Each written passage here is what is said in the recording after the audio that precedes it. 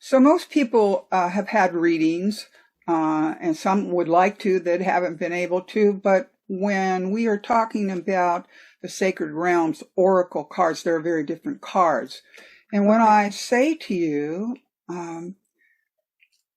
that they're a mirror into the journey of your soul, how do you what is your reaction to that? What are your thoughts? Comforting to me. Uh-huh. It's what? If It's a comforting Oh. thought. And what is that concept, to look into the journey of your soul? So to me, that means looking inwardly Uh-huh.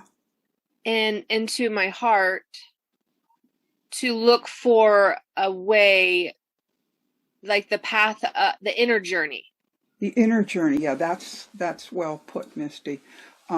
To be able, the cards empower you to be able to see for yourself, not me telling you something or describing anything, that you just have to accept what I say. That's the power of these cards. That they empower you to look into your past, look into your present, and see, attain absolute clarity so you can move on and know this next steps forward in your life. I think that's the most stunning thing about them, that people get to see for themselves. Yeah. And it ends up being so profound for them. The cards are designed in multi levels, and they mirror the journey of the soul. When the soul decides that it's going to manifest in human form, it's going to take on human life. The first 10 cards, which we hold out, we don't put in the reading, because you're going to choose one of them later and it'll be your final insight. Okay. And the soul goes through the 10 sacred realms, and that's why I named the deck the Sacred Realms. And as the soul goes in, the first is the portal to the great mystery. And the soul knows when it goes through that portal, it's begun the process of becoming human. Right. And the 10 sacred realms represent the highest wisdom, the cosmic wisdom that the soul wants to remember. Right. When we take on human form, this is why we pray, this is why we meditate, this is why we have readings, because we want to connect to our higher self, our higher wisdom. Right. So imagine the soul going through these 10 sacred realms, and it goes through each one of these portals. Divine order, divine chaos, fate, destiny, and so on. And knowing that as he or she moves down into the other levels and gets closer to becoming totally mortal, that this information is going to be veiled. The 10 sacred, the wisdom is going to be veiled. Right. Because the human brain, the human consciousness becomes the dominant thought process. So that's why we do things like we're going to do today. So that we can reconnect with our higher self and the wisdom that we came in with as souls, as beings of light. The very next level is the 12 archangels, and they represent the bridge between the wisdom of heaven and earth. Oh, nice. So that's a little easier for us to remember, because we can relate. We're not totally cosmic. We're now becoming human, and so I integrate those into the deck when we use them. I don't set them aside. Okay. And you'll see why as you get them, because they offer very special a very special kind of wisdom, that bridge wisdom that we all need when we're feeling confused, which is why we do these kind of readings. We maybe have too many choices. We don't know exactly where we're going next. There's always some trepidation around and anxiety, or if we don't know what to do next. So we're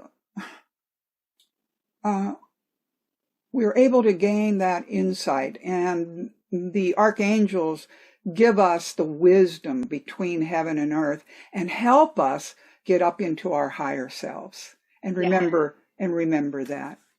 The very next level is the 7 gifts. So what is the 7 gifts? The 7 gifts are the gifts that we are designed with, that we already have these gifts. We are created with them. Mm-hmm. And those 7 gifts, first of all, we're designed as a co-creator. You know that. You're a mother. Yeah. You can create human life itself. That's a gift. Right. There's also the gift of being able to manifest. Wow. And we kind of forget that we are installed, designed with that gift. Yeah. It's not something that somebody else can do. We have that power. The only thing that stops us or blocks us is if we forget how we were designed. We forget our gifts. So each gift is, when we remember that, we can be very, very powerful beings. We can be our own advocates. We can empower ourselves. We can heal ourselves. But we have to remember the 7 gifts. So I hold those out. I don't shuffle those into the main deck, which is the mind, body, soul component of our mortality. And you get to choose one of those if you decide that you want to. And then we move down to the next level, which is Mother Earth and the 4 seasons. By this time, we've been through 3 levels. We have a pretty good idea that we were designed, we were created in the image of the Creator. Right. Yeah. The Creator empowered us to help create this world. Right. We create our world. Yep. The Creator designed us to be able to have babies and to recreate. I mean, this is all powerful stuff that we're just so busy living it that we don't really sometimes step back and say, oh my, I have the power. Yeah. Now, do I know what to do with it? Mm-hmm. So this is why why I've designed the Journey of the Soul readings, a mirror into your soul this way, so you could step back and you could take a real look at these things, so you can see, and you can, once you see your path, you know how to own your power, and you have the wisdom to do it. The very Mother Earth and the 4 seasons, when we get down to that level now, we are totally human. And we have to forge a relationship with Mother Earth because she sustains us while we're in human form. Right. Wow. Think about that. Yeah. And we have a responsibility to her. Because without her, we have no food, we have no clothes, we have no shelter, we have nothing. Right. As mortals. Correct. So we need to be taught this. We need to be made aware of this. And Mother Earth and the 4 seasons, with each season, there's a wisdom to it. We know that when autumn comes, that everything is in a state of transformation. All of the earth, things are shriveling up. The leaves are shriveling up, and they're going to turn to dust. And so they're changing. So if we have changes that we want to make, or we want to create something new in our life, if we get in sync with Autumn, we're in sync with part of our nature, our essential nature, which mimics Mother Earth in the 4 seasons. Right. Because we have dual consciousness. We have our higher consciousness, or our cosmic consciousness, that our soul comes in with. Then we merge with the human body. And now we have a brain, and we have earthbound consciousness, and oh yes, and we have our ego. We create our ego to help us get through things. Right. So it's a complex state of unity. And we must always remember, while in mortal form, that's the dominant thought process. Right. We go to school, we learn things with our brain, we're taught how to do that.